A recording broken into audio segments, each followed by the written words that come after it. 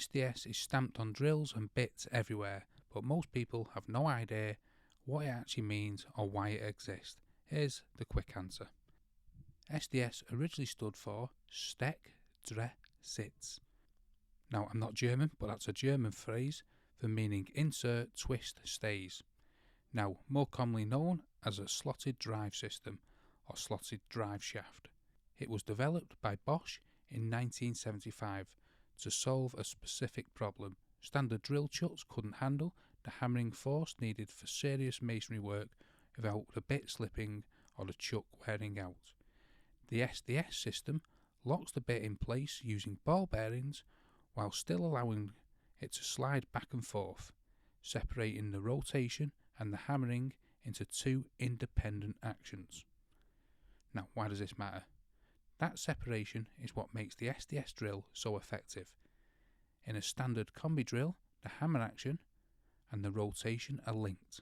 The bit hammers because the chuck is spinning.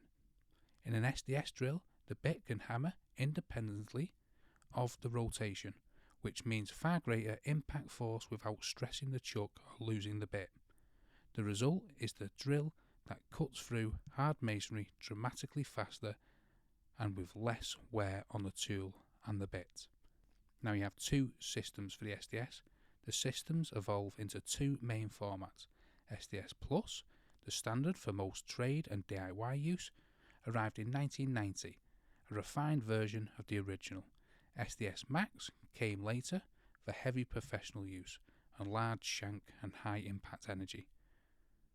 The two are not interchangeable. Bits and chucks are specific for each format.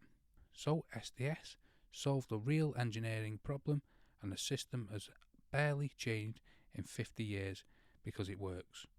When you see SDS on a drill or a bit, it means that a bit locks in, hammering independently and won't slip under load, which is exactly what you need when you're drilling into hard masonry.